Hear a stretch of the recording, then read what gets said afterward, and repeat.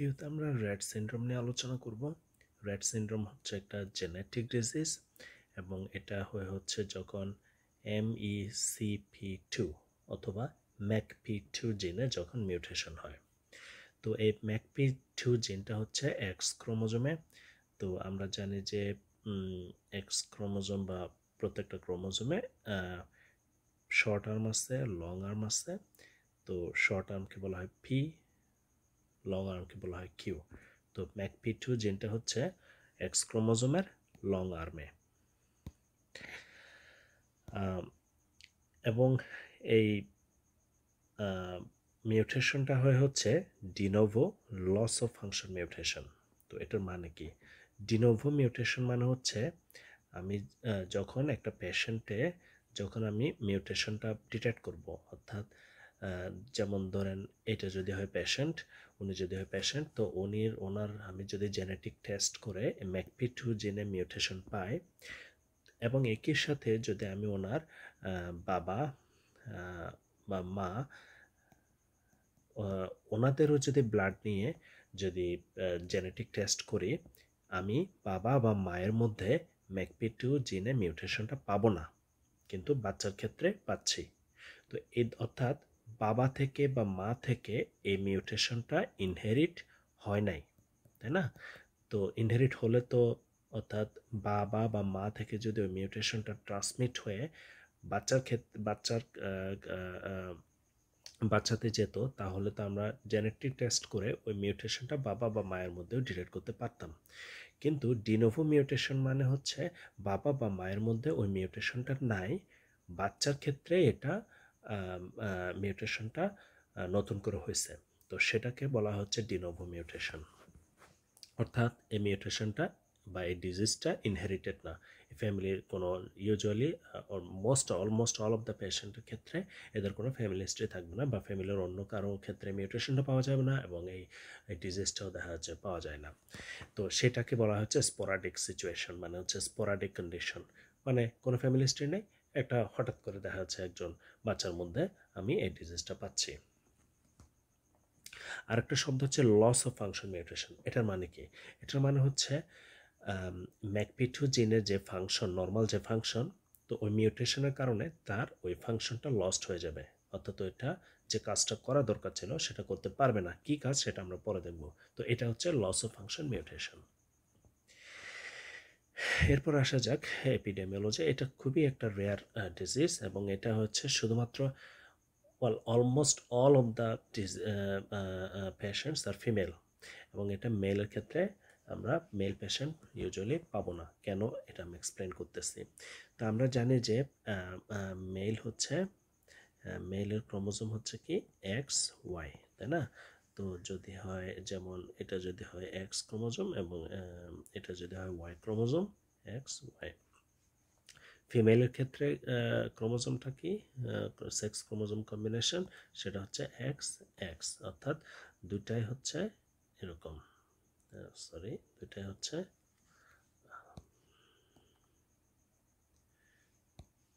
দুটাই হচ্ছে x chromosome, তাহলে এক্স, কোনো ওয়াই ক্রোমোজোম নাই। এখন আমি বলছি যে MACP2 জিনটা থাকে হচ্ছে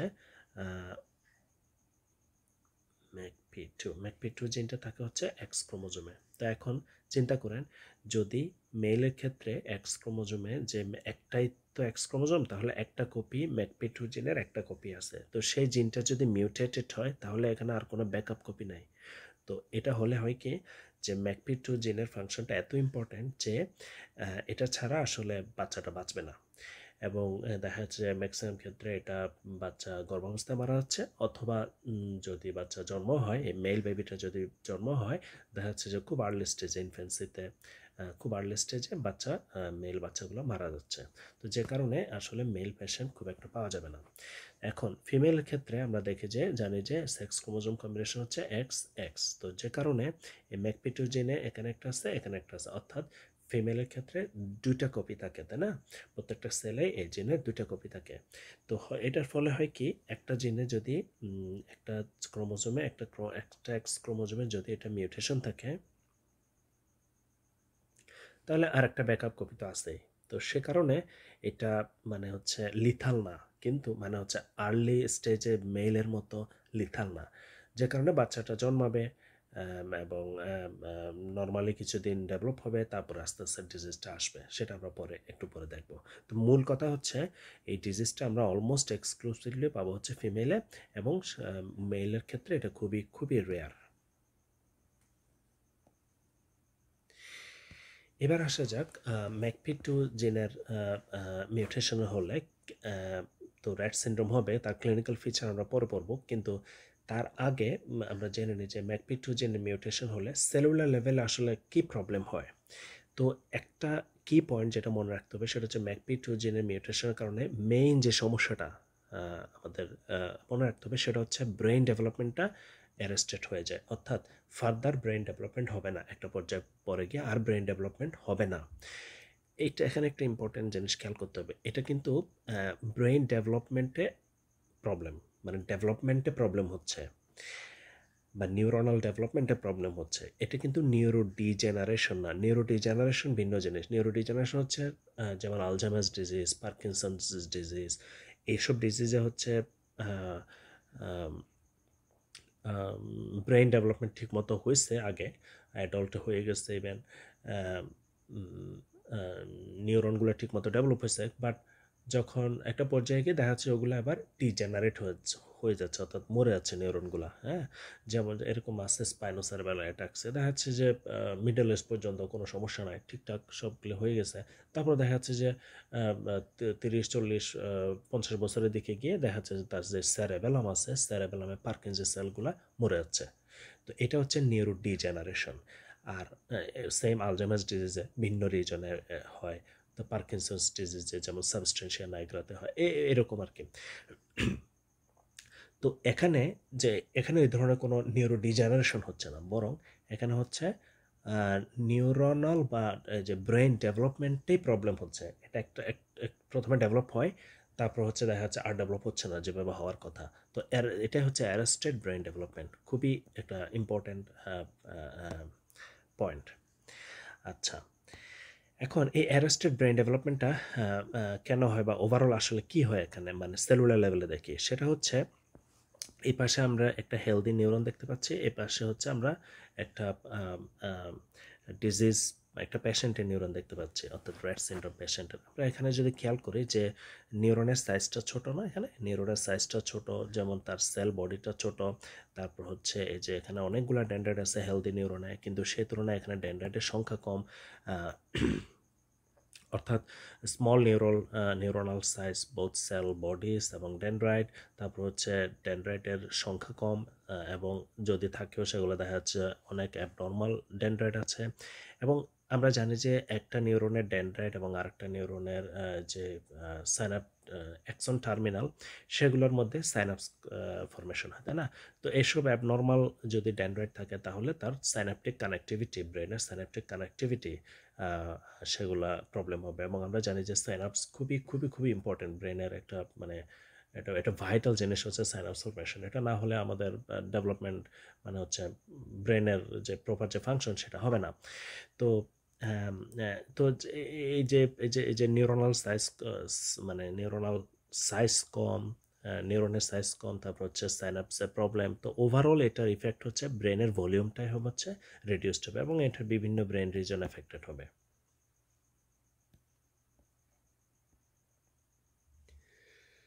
এবার আসা যাক, তো আমরা তো বললাম যে সেলুলার এবং ব্রেনে যে ডেভেলপমেন্টাল প্রবলেম হয়, যে ডেভেলপমেন্ট অ্যারেস্ট হয়ে যায়, সেটার ফলে কি প্রবলেম হয়। তো প্রথমে দেখা যাচ্ছে যে এই ধরনের বাচ্চাগুলো, আগে বলছে এগুলো হচ্ছে গার্ল, তাই না? ম্যাক্সিমাম হচ্ছে অলমোস্ট অল অফ দেম আর গার্ল। সো এই বেবি গার্লগুলো হচ্ছে প্রথমে 6 মাস থেকে মোটামুটি 18 মাস, অর্থাৎ 1.5 বছর পর্যন্ত দেখা যাচ্ছে যে প্রপারলি ডেভেলপ করতেছে, অর্থাৎ বাবা মা বুঝতে পারবে না যে আসলে কোনো তার কোনো প্রবলেম আছে। খুবই হ্যাপি ফ্যামিলি, হ্যাপি বেবি। দেখা যাচ্ছে যে সে ওই বেবিটা কি হবে ওই বয়সে, তো তারা হামাগুড়ি দেওয়া শিখবে, হাঁটা শিখবে, অনেক সময় ধরে ধরে হাঁটা, বা মানে একটু বয়স বাড়লে যে হেঁটে চলে যাচ্ছে, তারপর হচ্ছে বিভিন্ন জিনিস ধরতেছে, কোনো একটা জিনিস দিতে বললে দেখা যাচ্ছে দিতে পারতেছে, তারপরে কিছু কিছু শব্দ শিখছে, যেমন বাবা, মাম্মা বা অন্যান্য কিছু কমন ওয়ার্ড যেগুলো বেবিরা বলবে শুরুতে তার ল্যাঙ্গুয়েজ অনুযায়ী, তো সেগুলো দেখা যাচ্ছে বলা শিখছে। কিন্তু দেখা যাচ্ছে যে এই মোটামুটি 6 থেকে 18 মাসের কোনো একটা পর্যায়ে গিয়ে দেখা যাচ্ছে যে তার আর ডেভেলপমেন্ট হচ্ছে না। মানে হচ্ছে বাবা মা যেভাবে এক্সপেক্ট করবে যে তার যেই যেই ডেভেলপমেন্টাল ট্রাজেক্টরি অনুযায়ী যেটা এক্সপেক্ট করবে, দেখা যাচ্ছে সেটা হচ্ছে না, বরং যেগুলো শিখছে বা যেগুলো পারতো সেগুলোই আর করতে পারবে না, এরকম হয়। সেটাকে বলা হচ্ছে রিগ্রেশন। যেমন মোটর রিগ্রেশন, এটার মানে কি? এটার মানে হচ্ছে বাচ্চাটা হাঁটতে পারতো, এখন হাঁটতে পারতেছে না, হাঁটতে গেলে দেখা যাচ্ছে সে ব্যালেন্স ঠিক রাখতে পারতেছে না, পড়ে যাচ্ছে, এরকম। তারপরে যেমন স্পিচে প্রবলেম, স্পিচ রিগ্রেশন, তার মানে হচ্ছে যে শব্দগুলা মানে শব্দ শিখতেছিল, ভাষা শিখতেছিল, কথা বলা শিখতেছিল, সেটা তো পারতেছে না, বরং যেগুলো শিখছিল বাবা মামা বলতে পারতো সেটাই এখন আর বলতে পারতেছে না। তারপরে তার দেখা যাচ্ছে কগনিটিভ স্কিলস, অর্থাৎ যেভাবে তার মেন্টালি কগনিটিভলি গ্রো হওয়ার কথা সেটা হচ্ছে না। তো এই ওভারঅল যেমন এইটা এগুলোর সাথে লাইনে আছে যেমন loss of purposeful hand use. তার মানে কি? তার মানে হচ্ছে এই যে বললাম যে এতে হাতকে ইউজ করে সে তো একটা জিনিস ধরবে বা কিছু একটা করবে, সেটা করতে পারে না এখন। মানে ওই যে কোনো একটা পারপাসে আমি হাতটাকে ইউজ করব কোনো একটা কাজ করার জন্য, সেইটা ওই পারপাসফুল ইউজটা সে আর করতে পারে না। তারপর হচ্ছে এটার বদলে বরং কি করে সে বরং হাতের কতগুলা স্টেরিওটিপিক্যাল হ্যান্ড মুভমেন্ট বলা হয়। এটা মানে কি? এটা হচ্ছে মানে যেমন ক্ল্যাপিং, দেখা যাচ্ছে সে হুদায় হাততালি দিচ্ছে এবং এটা বারবার করবে।